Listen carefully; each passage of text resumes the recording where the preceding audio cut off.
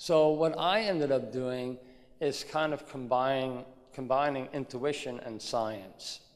So first I come up with stuff, and then I have science put numbers to it, because I'm an intuitive and I'm definitely not a scientist. So, and I had a lot to learn over the years about how that all works in the microbial world. So neofractal thinking, I usually use that at the end of my talk, but I figured, this is very important.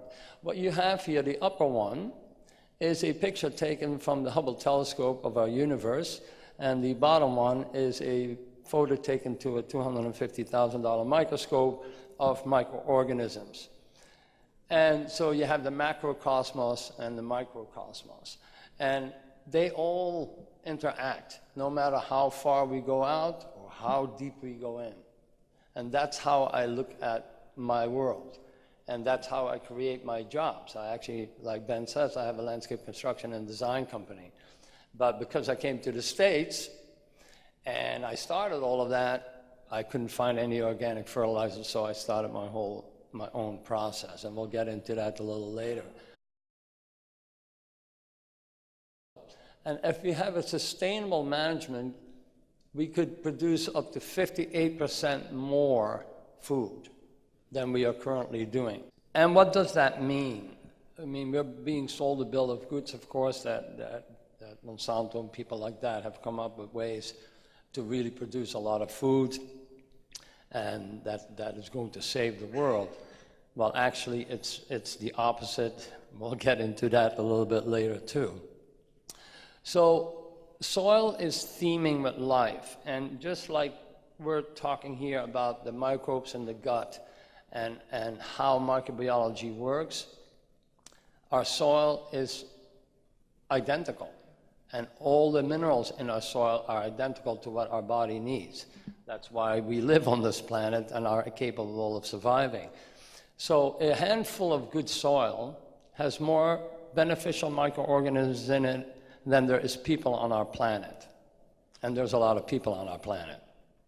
So how we treat that soil and how we get out what we want to get out is extremely important.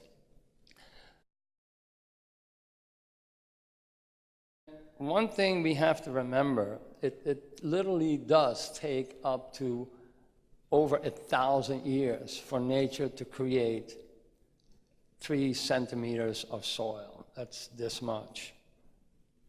Currently, you practice, you do what you're doing. I'm out there actually also doing jobs. I'm working with developers. I'm working with all these type of people, farmers, forestry departments, fish and wildlife, Corps of Engineers.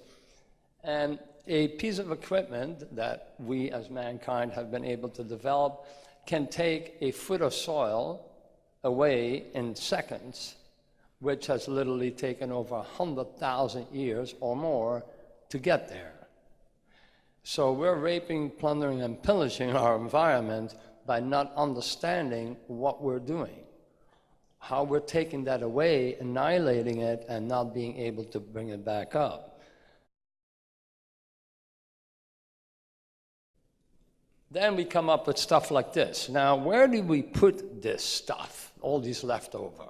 The smelter plants, all the toxic waste. Somebody came up with an even better idea. What we're going to do with this stuff, we're going to put it into fertilizer bags, because we are allowed X amount of parts per million in a bag of fertilizer.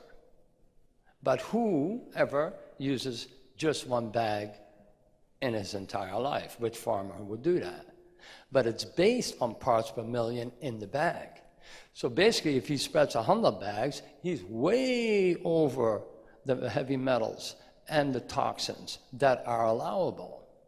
But they got smart, so they base it on a per bag parts per million. This is how they're getting away with spreading all the toxins all over the world. And the reason you guys are having such a hard time with your patients is because this is what they're growing your food with. So we can come up with all the medicine in the universe, but if we don't fix and you are guys are in the profession of fixing the origin of the problem. This is where it starts. This is the real origin of the problem. You know, growing food shouldn't hurt. This is what happened to us when I grew up and the chemical devolution broke out. And that was after the war. Everybody started doing chemical fertilizers. My father on the farm did the same thing because we were all told this is the miracle for the future. So here I am spreading this stuff around by hand with my brother, with my father. No gloves, no nothing, didn't exist. Nobody told you about the dangers. But all the time that my fingernails started, right about my fingernails started to bleed. And I'm going like, and it hurts. Because you're just touching this stuff all day long. And so finally we all went to my dad and we said, you know, growing food shouldn't hurt. There's something really drastically wrong with this. And I'm 11 years old at the time. My brother is 12, my sister is 12. And my father said, yeah, you know what's happening, and the soil doesn't smell the same anymore, and the food doesn't taste the same anymore. And we go like, click, you know. He goes, yeah, I'm gonna stop using this crap, right? So all of a sudden, all we did was actually go back to what I call normal farming. Now they call it organic. If I have a wish for the future, I want to get it so far that we call it just farming again. Okay?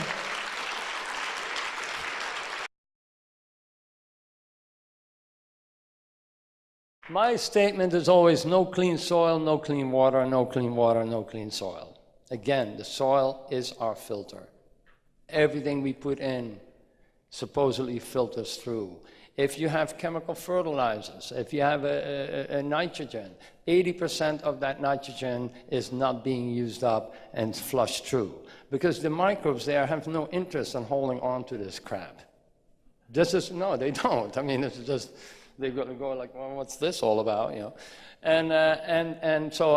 But because of its toxins, they start to die off. So you have this continuously thing going on, and you already know that most of our foods actually have a ton of pesticides in it or on it, and especially with the GMO, which is glyphosate ready, we even making it worse.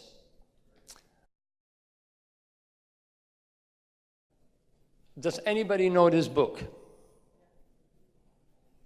1, 2? Guys, you got to read this. Seriously. This is really, really good reading material. You will find out more. This guy did an enormous amount of research on figuring out what was really going on with the whole GMO and genetic manipulation.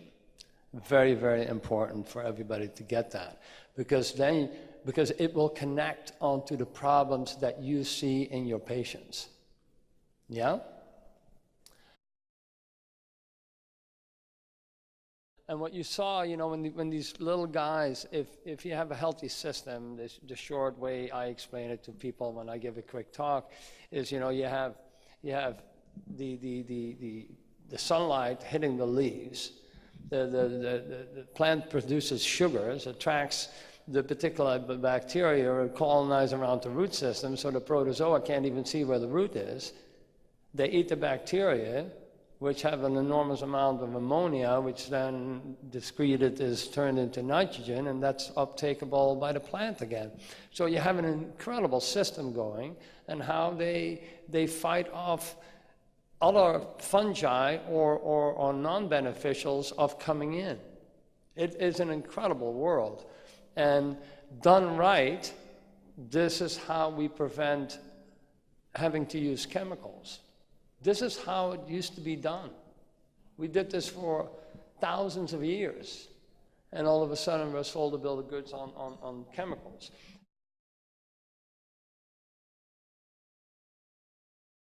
The way it works is, I probably not see this, but there's a screen here, that you clean off with distilled water, and you squeeze whether it's a bean, whether it's whatever you can squeeze enough juice out to get like 2 or 3 drops. With the dropper, you put that on here, you close this, you have calibrated it to sit correctly, which is all in the instructions, and you can look through this Brix meter and know what your nutritional value is. I do suggest that, because people are going to mess it up once in a while, don't just do it once, you pull it out of the fridge or something, because when it's cold versus warm and all that, it gives you a slightly different reading. If you have to, do it 3 times. So you have the law of average. It won't vary that much, but you have the law of average. This will tell you what the nutritional value of your food actually is. And since all I've heard here for the last 2 days is we're talking about nutrition and nutrition, but how do we know it's nutritional?